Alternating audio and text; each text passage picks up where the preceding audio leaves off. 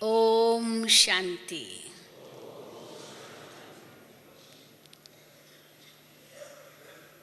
अभी अभी आप सभी ने गीता बहन जी के द्वारा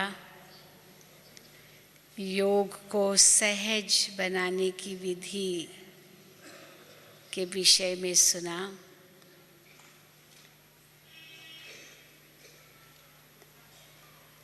और विशेष रूप से इस बात पर जोर दिया उन्होंने कि अगर हमारी धारणाएं अच्छी है, नियमों का सही पालन है, बाबा से सच्चा प्यार है, बेहद का वैराग्य है, मंजिल दूर नहीं होगी क्योंकि लक्ष्य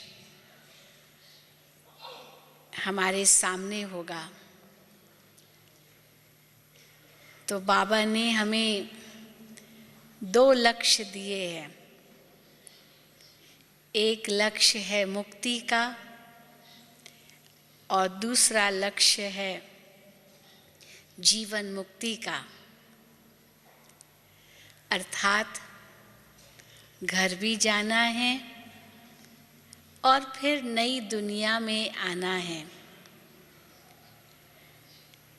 लेकिन केवल घर ही नहीं जाना है, वो तो सभी जाएंगे, चाहे कोई पुरुषार्थ करे या न करे, घर तो सभी जाएंगे। परम धाम में जाने का हर एक को हक है, क्योंकि मुक्ति तो सबको मिलनी ही है। बाबा आए हैं घर ले जाने के लिए, लेकिन हम घर कैसे जाएं? सम्मान के साथ जाएं, धर्मराजपुरी की सजाएं खा कर के न जाएं, क्योंकि अगर विकर्मों का बोझा होगा तो धर्मराज की सजाएं खाकर ही घर जा सकेंगे, ऐसे नहीं जा सकेंगे। तो घर तो जाना ही है, पर संपूर्ण होकर के जाएं, संपन्न होकर के जाएं, धर्मराज की सजाएं खाकर न जाएं, सम्मान के साथ जाएं। ये लक्ष्य है। और दूसरा लक्ष्य है जीवन मुक्ति का। तो जो भी बाबा के बच्चे बने हैं, बाबा शब्द कहा तो जीवन मुक्ति का अधिकारी बन गया। स्वर्ग जाने का अधिकारी तो बन ही जाता है वो, क्योंकि बाबा वो चाबी है जिससे सर्व खजाने बाप से मिलते हैं। ज्ञान का खजाना, गुणों का खजाना, शक्तियों का खजाना। और बाबा कहते हैं मैं सबको समान रूप में बांटता हूँ। ये नहीं किसी को 2 गुण और किसी को 4 गुण। लौकिक दुनिया में तो हम देखते हैं एक पिता के पास प्रॉपर्टी है, कुछ अचल प्रॉपर्टी है, कुछ चल प्रॉपर्टी है, कहाँ मकान है, ज़मीन है, दुकान है या धन है, जेवर है, कई चीज़ें होती है। तो एक बच्चे को एक चीज़ देगा, दूसरे बच्चे को दूसरी चीज़ देगा, किसी को ज़मीन देगा तो किसी को दुकान देगा तो किसी को मकान देगा, जो भी होगा। तो बट जाती है प्रॉपर्टी। लेकिन बाबा कहते हैं मैं ऐसे नहीं बांटता हूँ, मेरे पास अथाह प्रॉपर्टी है, अथाह है, बेअंत है, और सबको संपूर्ण रूप से मिल सकता है। ये नहीं कि 2 गुण किसी को और 4 गुण किसी को, 3 गुण किसी को, या 1 शक्ति किसको और 2 शक्ति किसको, नहीं। सर्व को सर्व ज्ञान, सर्व गुण, सर्व शक्तियाँ अनुभव हो सकती है, लेकिन लेने में हर एक यथा योग यथा शक्ति बन जाता है। तो इसलिए पद भी उसी आधार पर निर्धारित होते हैं। कोई महाराजा महारानी बनेगा, कोई प्रजा बनेगा, कोई दास दासी बनेगा, कोई तो प्रजा की भी का भी दास दासी, कोई राजा का दास दासी, कोई दास दासी का भी दास दासी। नौकर के भी चाकर होते हैं, चाकर के भी चूकर होते हैं, है ना, ऐसे भी होता है। तो अनेक पद निर्धारित कौन करता है? हम खुद ही करते हैं अपने अपने पुरुषार्थ अनुसार। बाबा तो सब कुछ दे रहा है, पर हम कितना ले पाते हैं वो हमारे ऊपर निर्भर करता है। इसलिए बाबा ने लक्ष्य तो हमें दे दिया है कि घर जाना है, हाथ लगाकर फिर नई दुनिया में आना है। तो उसके लिए इस संगम युग पर हमारी स्थिति कैसी होनी चाहिए?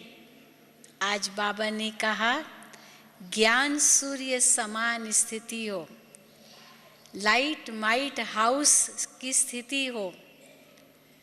जिस प्रकार सूर्य अनेक कीटाणुओं को खत्म कर देता है, अंधकार को खत्म कर देता है, जो प्रकाश देता है वो स्वयं अंधकार में नहीं होगा। वैसे तो दीपक के लिए कहते हैं दिया तले अंधेरा। दीपक औरों को रोशनी देता है, लेकिन उसके तले में अंधेरा ही होता है, क्योंकि रोशनी उस दिए के तले में तो पहुंचती नहीं। ऊपर की तरफ तो रोशनी पहुंचती है, नीचे की तरफ नहीं पहुंचती, इसलिए दिया तले अंधेरा। परंतु सूरज के लिए ऐसे नहीं कहेंगे। सूर्य तो एक स्थान पर रह करके सारे विश्व को प्रकाशित करता है, तो स्वयं भी प्रकाशित रहता है, तभी तो प्रकाशित कर सकता है। और जब सूर्योदय होता है तो बाकी जितना भी प्रकाश हो, जो भी कुछ छोटा मोटा प्रकाश होता है, उसकी आवश्यकता ही नहीं होती, क्योंकि सूर्योदय हो गया है। अगर रास्ते पर कई बार म्यूनिसिपैलिटी की वो रोड पर बिजली जलती रहती है और दिन निकल आया है, तो कहते अरे देखो लाइट भी बंद नहीं की, कितनी बिजली वेस्ट जा रही है, क्योंकि सूरज निकल आया। तो अब ये लाइट, रास्तों की लाइट की ज़रूरत क्या है? वेस्टेज है। तो इसी प्रकार बाबा भी कहते हैं कि बच्चे, मैं तुमको मास्टर ज्ञान सूर्य बनाता हूँ, और मास्टर ज्ञान सूर्य अर्थात लाइट हाउस और माइट हाउस बनाता हूँ। जैसे अग्नि में दोनों चीज़ें होती है, प्रकाश भी होता है तो गर्मी भी होती है। तो लाइट अर्थात प्रकाश और माइट अर्थात उसकी शक्ति, उसकी गर्मी कहो। तो बाबा ने जो हमें ज्ञान दिया है उसमें लाइट भी है तो माइट भी है। शिव बाबा में लाइट भी है तो माइट भी है, प्रकाश भी है तो शक्ति भी है।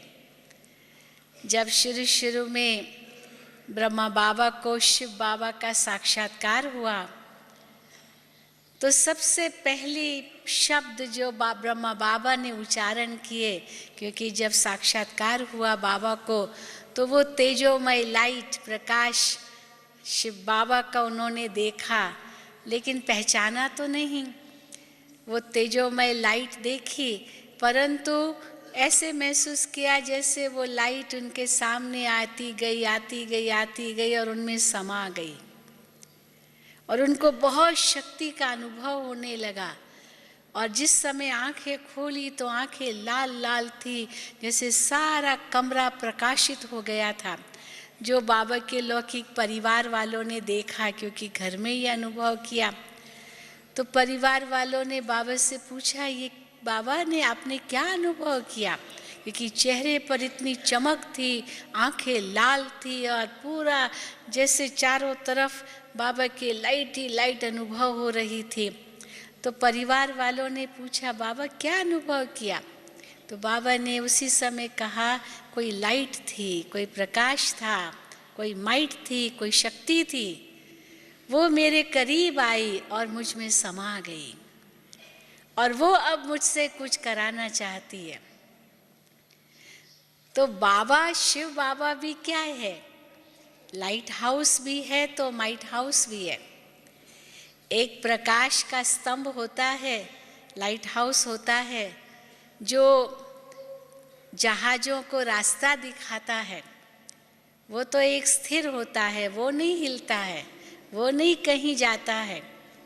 लेकिन जो स्टीमर है, जहाज है, वो उनका प्रकाश देख करके उसी अनुसार अपना मार्ग निर्धारित करते हैं कि कहाँ से जाना है, कैसे जाना है। लाइट हाउस तो स्थिर होता है। तो बाबा हम बच्चों को कहते हैं कि तुम्हारी जो अवस्था है वो लाइट हाउस और माइट हाउस की होनी चाहिए। अर्थात ज्ञान का इतना प्रकाश तुम्हारे में भरपूर हो और गुणों की वो शक्ति इतनी भरपूर हो जो आत्मा संपन्न और संपूर्ण होकर के जाए, बाबा से सर्व प्राप्ति कर सके, ताकि धर्मराजपुरी की सजाओं से भी मुक्त हो जाए और भविष्य में भी ऊंच पद प्राप्त करे। अर्थात बाबा का पूर्ण वर्षा ले, ये बाबा की उम्मीद है हम बच्चों में। लेकिन बाबा जानते हैं कि ये उम्मीद बच्चे भी यथा योग्य यथा शक्ति ही पूरी करेंगे, सब तो एक जैसे नहीं होंगे। बाबा तो जानते हैं, पर अवश्य उम्मीद तो रखेंगे ना। जैसे माता पिता अपने बच्चों में ये उम्मीद रखते हैं कि मेरा बच्चा फर्स्ट नंबर आए, अब उम्मीद तो रखेंगे, पर उस बच्चे की अपनी क्षमता भी होती है कि वो कितना पढ़ लिख सकता है, कितना होशियार हो सकता है, वो तो बच्चे पर निर्भर होगा। कईयों को ट्यूशन भी रख कर के देंगे, फिर भी फेल हो जाते हैं, और कईयों को ट्यूशन भी नहीं देते लेकिन फिर भी फर्स्ट नंबर आते हैं। तो माता पिता को भी कितना नाज होता है कि ये मेरा बच्चा हमेशा फर्स्ट आता है। बड़े नशे से सबको कहते भी हैं। तो भगवान को भी हम बच्चों के प्रति कितना नाज है, इसलिए उम्मीद तो बहुत बड़ी रखते हैं बाबा हम बच्चों पर। और ये भी बाबा जानते हैं कि अभी तो रिजल्ट आउट नहीं होगी, रिजल्ट तो अंत में ही आउट होगी। वहाँ तो हर साल की अलग अलग रिजल्ट होती है, पर यहाँ तो वो रिजल्ट उस रूप से तो नहीं है। अंत में ही आउट होगी कि कौन सम्मान के साथ घर जाएगा बिना धर्मराजपुरी की सजाएं खाए, और कौन ऊंच पद पाएगा, वो सब अंत में रिजल्ट आउट होगी। अभी तो ऐसे लग रहा है जैसे आगे वाले पीछे जा रहे, पीछे वाले आगे जा रहे, रेस चल रही है। जैसे वो मैराथन रेस होती है ना, बहुत लंबी रेस होती है, बहुत किलोमीटर्स की रेस होती है, इसलिए बहुत घंटों की रेस होती है। तो पहले तो ऐसे लगता है कि ये व्यक्ति फर्स्ट आएगा, ये व्यक्ति तो लास्ट आएगा, लेकिन ऐसा हो जाता है कि धीरे धीरे वो लास्ट आने वाला फर्स्ट आ जाता है, और फर्स्ट जो था उस रेस में वो लास्ट हो जाता है। कई बार ऐसे होता है। इसीलिए बीच में कुछ भी पता नहीं चलता है कि कौन फर्स्ट आएगा, कौन सेकंड आएगा, कौन थर्ड आएगा। लेकिन जैसे समय नज़दीक आता जाता है, उस समय पता चल सकता है कि अभी ये फर्स्ट ज़रूर आएगा। या दूसरा भी बाबा मिसाल देते हैं, जैसे म्यूज़िकल चेयर्स का खेल होता है।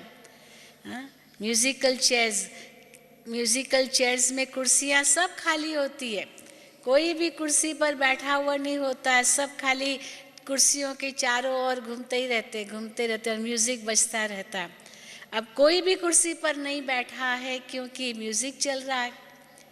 लेकिन जिस समय म्यूज़िक पूरा होता है, उस समय ही कुर्सी जो नज़दीक होती है उस पर बैठना होता है। इसलिए सबकी बुद्धि कुर्सी पर होती है, कान होते हैं म्यूज़िक पर, गीत पर, संगीत पर, और आंखें होती है कुर्सी पर। ऐसे होता है ना।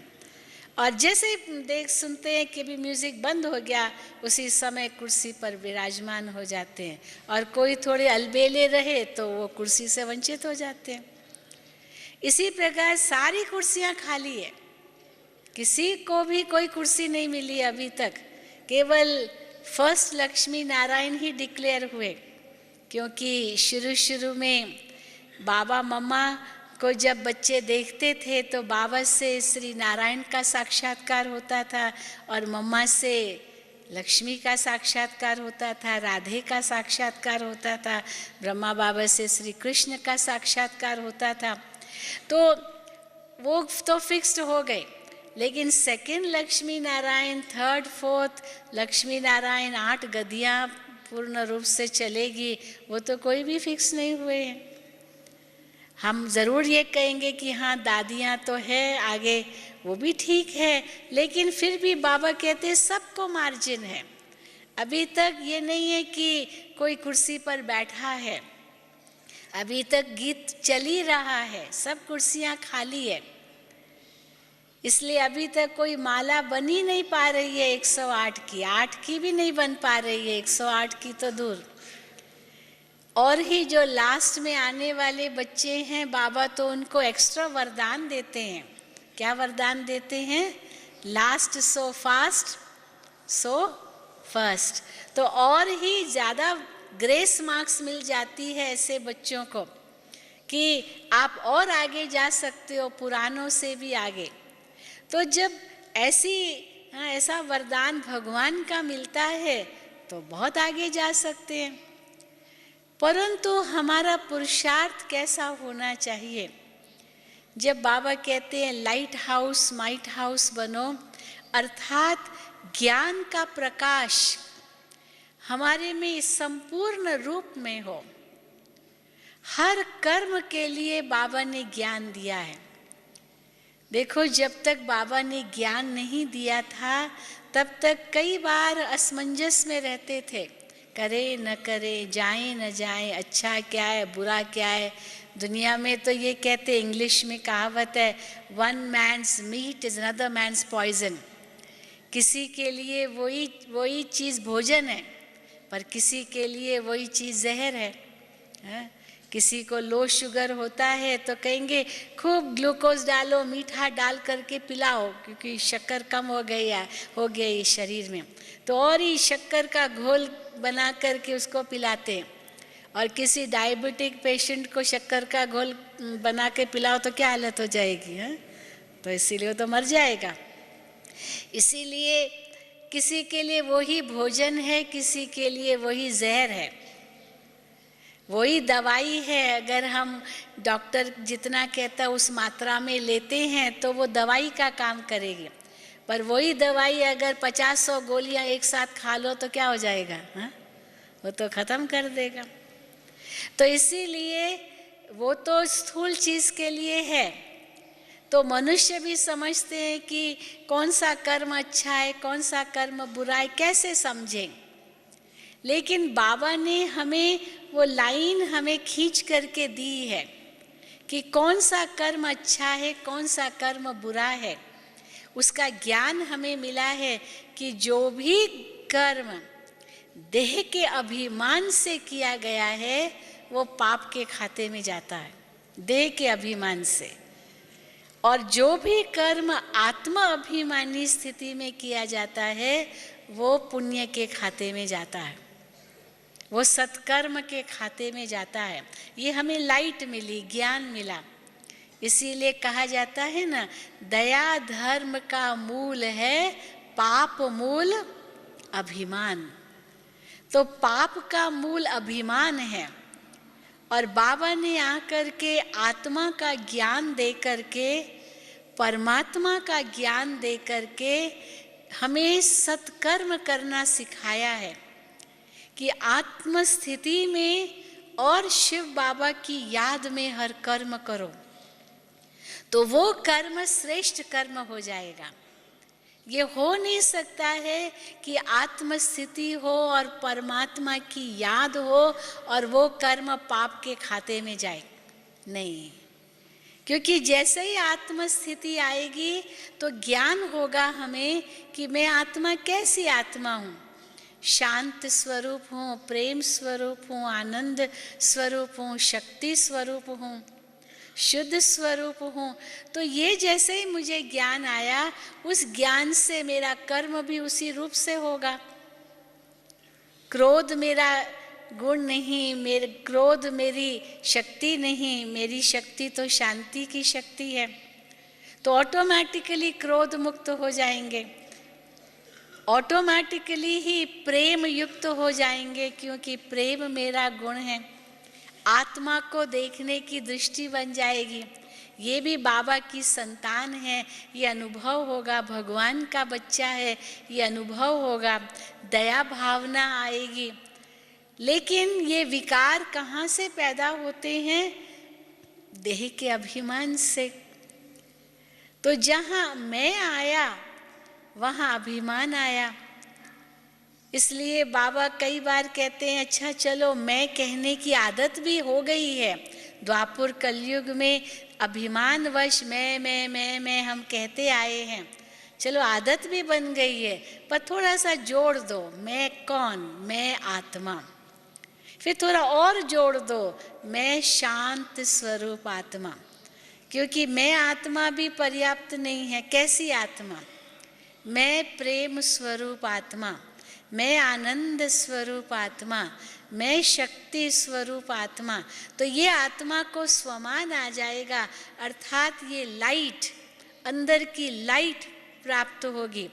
जैसे अंधकार में कुछ दिखाई नहीं देता है, परंतु जैसे ही प्रकाश आया तो सब कुछ स्पष्ट हो जाता है।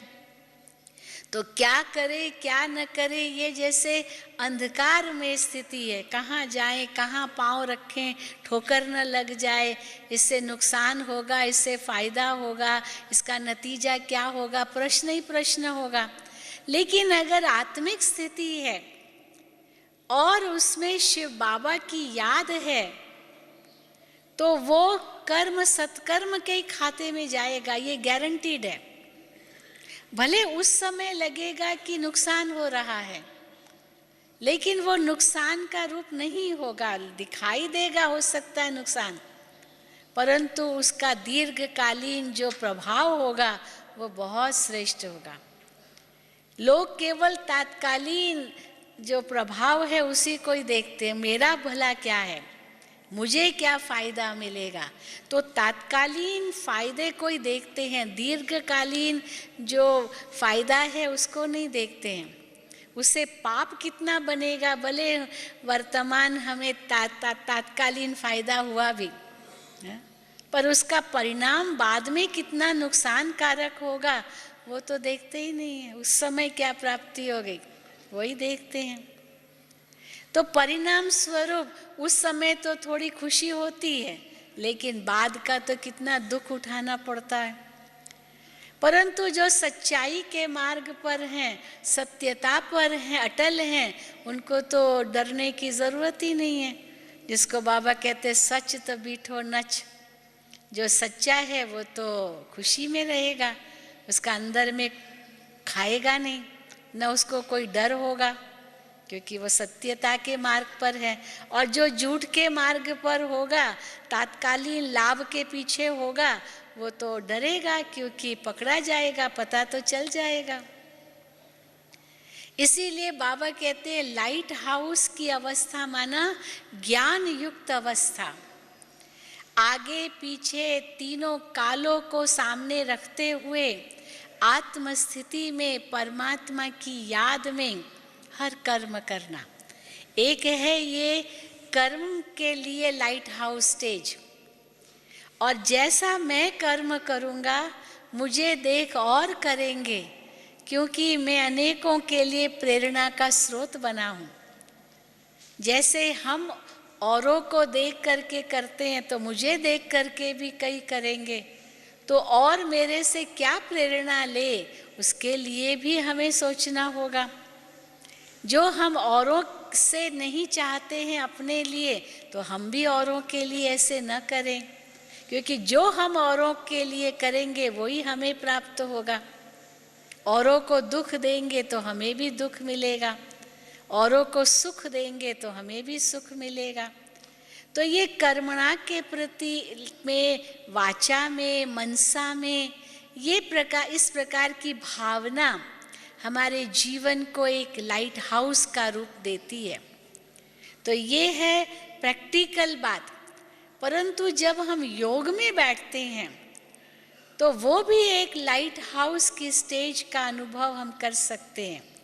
ज्ञान युक्त अवस्था, जिसका हमें ज्ञान है कि मैं आत्मा शांत स्वरूप, प्रेम स्वरूप, आनंद स्वरूप, शक्ति स्वरूप, उसका चिंतन करना बहुत ज़रूरी है। क्योंकि हम भूल जाते हैं। बाबा तो हमें कहते हैं ये नेचुरल रहना चाहिए। बार बार हमें याद नहीं कराना है अपने आप को, मैं शांत स्वरूप आत्मा हूँ, मैं शांत स्वरूप आत्मा हूँ, पर ये स्वाभाविक हो जाए कि मैं हूँ ही शांत स्वरूप। लेकिन उसको स्वाभाविक बनाने के लिए चिंतन जरूरी है। भक्ति मार्ग में मंत्र के रूप में जाप करते हैं। वास्तव में मंत्र के रूप में जाप कोई शब्द का वर्णन की बात नहीं है, पर मंत्र का अर्थ क्या है? मंत्र माना मंत्रणा, अपने आप को राय देना, सलाह देना, शुद्ध विचार देना, बुद्धि के द्वारा मन को शुद्ध विचार देना। क्योंकि जैसे मन में विचार आएंगे वैसे ही फिर वाणी में आएंगे, वैसे ही कर्म में आएंगे। हमारे संकल्प हमारा बीज है, तो संकल्प के आधार से ही वाणी होगी, वाणी के आधार से ही कर्म होंगे। कई समझते हैं कि वाणी तो कई लोग बहुत अच्छी बोलते हैं, लेकिन मन में उनके बुरे विचार हैं। लेकिन ये भी देखा गया है कि वाणी अगर कोई अच्छी बोलते हैं और मन में बुरे विचार हैं, वो बहुत समय तक नहीं चलता है। अंदर एक बाहर दूसरा बहुत समय तक नहीं चलता है। एक दिन जो मन में है वो बाहर आ ही जाता है। कितना भी वो छिपाने की कोशिश करे वो बाहर आ ही जाएगा, क्योंकि बीज वैसा होगा तो फल वो ही निकलेगा। ये हो नहीं सकता है कि बीज एक हो और फल दूसरा हो। तो बीज है हमारे संकल्प, तो एक दिन वही वाणी निकल आएगी, अनजाने में ही निकल आएगी। जान करके शायद न भी निकले, क्योंकि हम अपने आप को उस संयम में रखेंगे, पर मन में बुरे विचार हैं तो अनजाने में भी वो वाणी में निकल आएगा। परंतु मन में ही वो न हो तो वाणी में क्यों आएगा, कर्म में क्यों आएगा? जैसे पेड़ को पेड़ में कीड़ा लग गया है तो पत्तों को कीड़ा लग गया है, परंतु एक एक पत्ता काटने की कोशिश करने पर भी वो कीड़े खत्म नहीं होंगे जब तक हमने उसको बीज से जलाया नहीं है। क्योंकि बीज में बीज ही खराब हो गया है, तो ज़रूर है उसी अनुसार वही पत्ते निकलेंगे, वैसा ही पेड़ हो जाएगा। तो अगर हमें उसको ख़त्म करना है तो बीज को ही ख़त्म करना पड़ेगा। इसीलिए कई बार जैसे ख़त्म करना है तो बीज को ही जला देते हैं, तो बीज ही जल गया तो वृक्ष कहाँ निकलेगा। इसीलिए बीज है हमारे संकल्प। अब उस संकल्प में हम लाइट हाउस बन जाएं, अर्थात ज्ञान की लाइट। उस ज्ञान के आधार से हम ये महसूस करें कि मुझ आत्मा के लिए क्या उपयुक्त है, और उसके लिए सदा बाबा कहते बाबा को सामने रखो। लक्ष्य हमारा बहुत ऊंचा है, तो लक्ष्य में एक है बाबा सामने हो, जिसके लिए बाबा कहते बस बाबा को फॉलो करना है। ब्रह्मा बाबा ने क्या किया, हमें उसको फॉलो करना है। बाबा अपने संपूर्ण रूप को देखते थे। गुलजार दादी हमारी सबसे पहली आत्मा थी जिसने सूक्ष्म वतन का साक्षात्कार किया। उसके पहले सूक्ष्म वतन का साक्षात्कार किसी ने भी नहीं किया था। स्वर्ग का, विनाश का, शिव बाबा का, परम धाम का, वो साक्षात्कार बहुतों को हुए, लेकिन सूक्ष्म वतन का साक्षात्कार सबसे पहले गुलजार दादी ने किया। और उसमें भी सूक्ष्म वतन में अव्यक्त बाप दादा का साक्षात्कार, संपूर्ण ब्रह्मा का साक्षात्कार, फरिश्ता ब्रह्मा का साक्षात्कार सबसे पहले गुलजार दादी ने किया। और उसने ही आकर के बाबा को बताया कि बाबा आपका संपूर्ण रूप एक सफ़ेद दुनिया में, फरिश्तों की दुनिया में हमने देखा। आपका वो संपूर्ण रूप देखा और उस संपूर्ण रूप ने कहा कि ये ब्रह्मा जो साकार में है वो ये बनेगा संपूर्ण रूप। तब बाबा को महसूस हुआ कि मेरा संपूर्ण रूप वतन में है और वो सूक्ष्म वतन में मुझे जाना है, मुझे संपूर्ण बनकर जाना है। तो संपूर्ण बनकर जाना है, इस लक्ष्य को रख करके बाबा ने वही पुरुषार्थ किया। और हम उस निश्चय से कहते हैं कि सारे विश्व के इतिहास में पिता श्री ब्रह्मा बाबा ही वो पहली आत्मा थी जो संपूर्ण बनी और अब वतन में हमारा इंतज़ार कर रही है।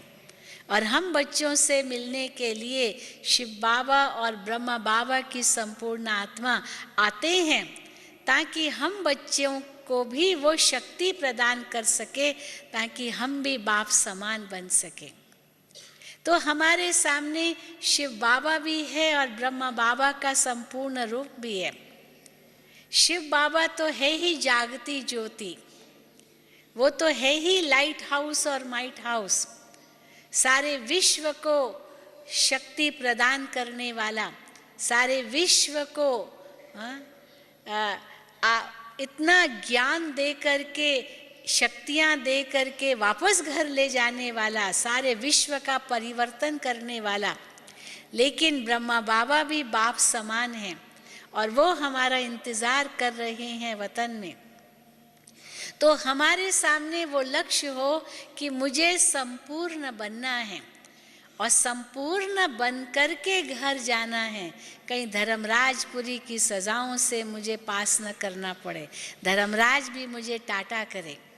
हमारी दादी जी यही कहती है, बड़ी दादी जी, कि मैं बाबा को सदा यही कहती रही कि बाबा मुझे भी आपकी तरह ही संपूर्ण बनना है, मुझे वापस नहीं कलयुग में जन्म लेना है, तो संपूर्ण बनकर ही घर लौटना है। तो देखो बाबा दादी की इच्छा पूरी कर रहे हैं।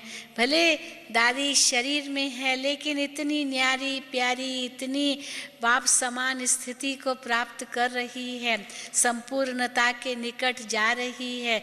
यही थोड़ा बहुत जो हिसाब किताब है यही चुकतू कर रही है ताकि वो बाप समान बन बाप ब्रह्मा बाबा के साथ वतन में रहे और हम सब को साथ में ले जाए। तो देखिए दादी जी भी हमारा इंतज़ार कर रही है कि बच्चे सब संपूर्ण बने और एक साथ हम वतन में जाएं, परम धाम के गेट एक साथ खोलें। तो उसके लिए क्या करना होगा? क्या करना होगा? लाइट हाउस और माइट हाउस बनना होगा। तो हम कैसे बनेंगे? जब हम योग में बैठते हैं तो ज्ञान का चिंतन अवश्य हम मन में करें। कई भाई बहनें कहते हैं बस मैं से को मैं आत्मा शांत स्वरूप हूँ, शांत स्वरूप हूँ, प्रेम स्वरूप हूँ, आनंद स्वरूप हूँ। ये तो जैसे जाप हो गया, भक्ति मार्ग में भी जाप करते रहते हैं। ओम नमो शिवाय का जाप कर उनको कहा जाएगा 1,00,000 बार जाप करना है। ओम नमो शिवाय, ओम नमो शिवाय, ओम नमो शिवाय कहते ही रहेंगे जैसे वो अनहद नाद की तरह ही वो बोलते रहेंगे। लेकिन ओम नमो शिवाय का अर्थ ये नहीं है कि बस खाली बोलना ही है। ओम नमः शिवाय माना मैं शिव को नमस्कार कर रहा हूँ। अब मैं कौन, शिव कौन और नमस्कार कैसे करना होता है, उसकी गहराई में जाएं तभी तो वो मंत्र सार्थक होगा। केवल मुख से कहने से ही थोड़ी वो सार्थक होगा। तो ये भी हम योग में ये तो नहीं बस मैं आत्मा शांत स्वरूप हूँ, मैं आत्मा शांत स्वरूप हूँ, मैं आत्मा शिव बाबा की संतान हूँ, मैं परम धाम वासी, वो रटते रहना है। पर सचमुच उस समय वो अनुभव करें जब मैं ये अंदर में कहती हूँ मैं आत्मा शांत स्वरूप हूँ, तो सचमुच उस शांति की जैसे गुफा में चले जाएं, वो स्थिति बन जाए। तो लाइट है माना प्रकाश है, माना ज्ञान है, और माइट है माना वो स्थिति है, वो स्वरूप है।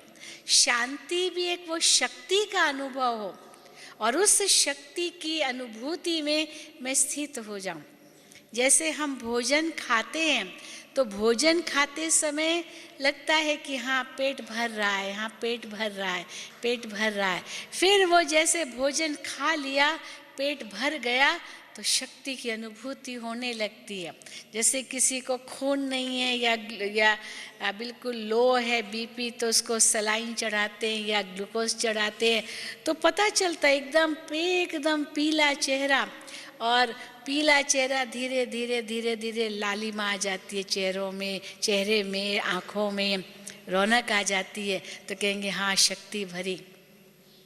इसी प्रकार लाइट है माना ज्ञान है, वो भोजन है जो हम अपने आप को दे रहे हैं, आत्मा अपने आप को दे रही है, मन बुद्धि को दे रही है, परंतु फिर वो संस्कार में आ जाए, वो स्वरूप में आ जाए, वो है माइट, वो है शक्ति, वो शक्ति रूप बन जाए।